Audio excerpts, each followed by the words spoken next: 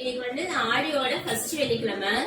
எனக்கு வந்து இந்த ஆடி மாசத்துல வர வெள்ளிக்கிழமை வந்துச்சுனாவே எனக்கு வந்து எங்க பாட்டி ஞாபகம் வந்துடும்.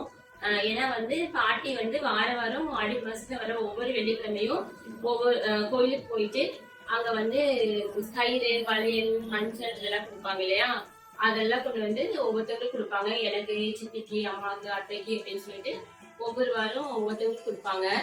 அதனால எனக்கு வந்து இன்னைக்கு காலையில எழுந்திரிச்சோம் எனக்கு பாட்டி ஞாபகம் வந்துச்சு. பாட்டியை வந்து பாட்டினே கூப்பிட மாட்டேன், அம்மான்னு தான் கூப்பிடுவேன். ஏன்னா வந்து பாட்டி கிட்டதான் ரொம்ப நாள் நான் வளர்ந்துருக்கேன், பாட்டி தான் எனக்கு காட்டிட்டு இருந்தாங்க.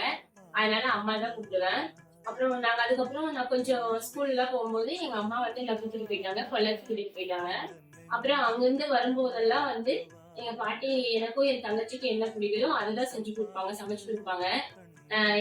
எங்களுக்கும் எங்க மாமாக்கும் ஒரே சண்டையா இருக்கும். ஏன்னா எங்களுக்கு பிடிக்கிறது மாமாக்கு பிடிக்காது, மாமா பிடிச்சி எங்களுக்கு பிடிக்காது, அதெல்லாம் வந்து ஒரே சண்டையா இருக்கும். ஆனா எங்களுக்கு என்ன பிடிக்குதோ அதான் பாட்டி செஞ்சு கொடுப்பாங்க. அப்புறம் பாட்டி வந்து எங்களை பார்க்க வரும்போது என்ன வேணும்னு கேட்பாங்க. கேட்டாங்கன்னா பருப்பு சாப்பாடு வேணும்னு நான் சொல்லுவேன். அந்த பருப்பு சாப்பாடுல வந்து கீழே கொஞ்சம் அடி பிடிச்சிருக்கும்ல, அது வந்து எனக்கு ரொம்ப பிடிக்கும். அதனால பருப்பு சாப்பாடு செஞ்சு கொண்டு வாங்கன்னு நான் சொல்லுவேன். நல்லா ரொம்ப சூப்பரா சமைப்பாங்க பாட்டி. சிக்கன் குழம்பும் இட்லியும் செய்வாங்க, அவ்வளவு சூப்பரா இருக்கும். அப்புறம் நான் ஐடிஐ படிக்கும் போது பாட்டி வீட்டுல இருந்து தான் போய் படிச்சுட்டு இருந்தேன். அப்ப ஒரு வருஷம் அங்க இருந்தா படிச்சேன்.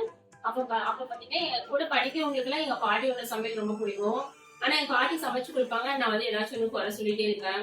பூ வந்து ரொம்ப அழகா கட்டி கொடுப்பாங்க. ஒரு நாள் கூடி ஒரு ஒரு கோவமா வந்து ஒரு வார்த்தை கூடி சொல்ல மாட்டாங்க. பொறுமை, அவ்வளவு பொறுமையா இருப்பாங்க பாட்டி. எனக்கு தெரிஞ்சு அவங்க வந்து கோவப்பட்டதே கிடையாது.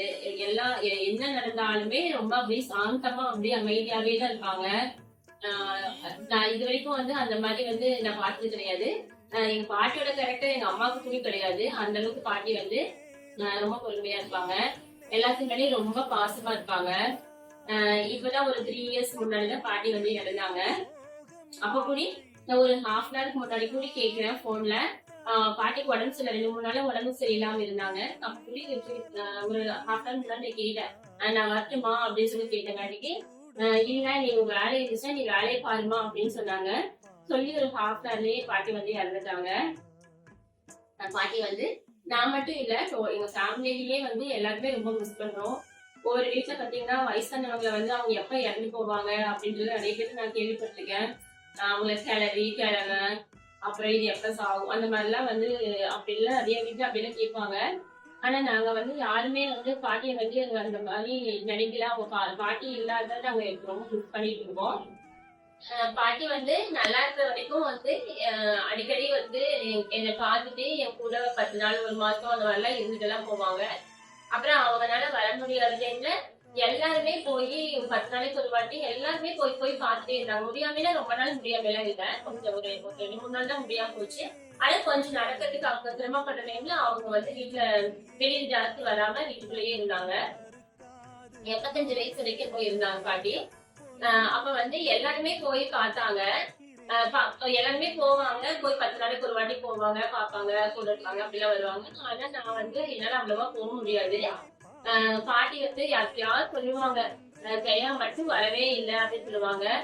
அது வந்து என் காதுக்கு வந்ததுக்கு அப்புறமா தான் நான் போய் பார்த்துட்டு வருவேன். அந்த மாதிரிதான் இருந்தேன்.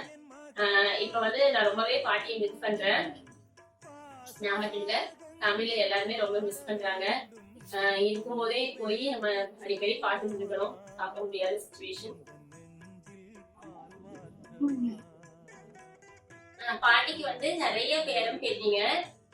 பாட்டிக்கு வந்து 3 பொண்ணு 2 பசங்க 2 பையன், எல்லாத்துக்குமே குழந்தைங்க இருக்கு. நான் தான் ஃபர்ஸ்ட் பேத்தி. என்னோட பொண்ணே கொஞ்சம் பெரிய பொண்ணாகிற வரைக்கும் இருந்தாங்க. இப்ப 3 வருஷத்துக்கு முன்னாடி இருந்தாங்க. என் பிள்ளைக்கு 18 வயசு ஆகிற வரைக்கும் பாட்டி இருந்தாங்க. எல்லாத்துக்குமே ரொம்ப பார்த்து எல்லாத்துக்குமே ரொம்ப சந்தோஷமா இருந்துதான் இறந்தாங்க. எங்க மாமாங்களோட ஒய்ஃப வந்து அவங்க வந்து மருமகளாவே பாத்துக்கல, அவங்களோட சொந்த பொண்ணு மேல 2 மருமகளையுமே அப்படிதான் பார்த்தாங்க. அதே மாதிரி எங்க அப்பாங்க, எங்க சித்தப்பா அவங்க எல்லாம் கூட அவங்க வந்து பையன் மாதிரிதான் பார்த்தாங்க, மருமகனா எல்லாம் பாக்கல. அந்த அளவுக்கு எல்லாத்து மேலயுமே ரொம்ப பாசமா இருப்பாங்க. இன்னும் நிறைய விஷயம் பாட்டியை பத்தி சொல்லணும்னா இன்னும் நிறைய விஷயம் சொல்லிட்டே போலாம். அவங்களோட கண்ணெல்லாம் அப்படியே ரொம்ப சாஃப்டா இருக்கும். ரொம்ப அழகா இருப்பாங்க. ரொம்ப நல்ல வெள்ளையா இருப்பாங்க. கண்ணெல்லாம் ரொம்ப சாஃப்டா இருக்கும். நான் போனா இப்படி கண்ணத்தை இப்படி தொட்டுட்டே இருப்பேன். இப்படி கையில இப்படி இப்படி தொட்டு தொட்டு பார்த்துட்டே இருப்பேன். இன்னும் நிறைய விஷயம் அவங்களை பத்தி சொல்லிட்டே இருக்கலாம். எனக்கு வந்து என்னால ரொம்ப கண்டினியூவா பேச முடியல. ஓகேங்க. தேங்க்யூ.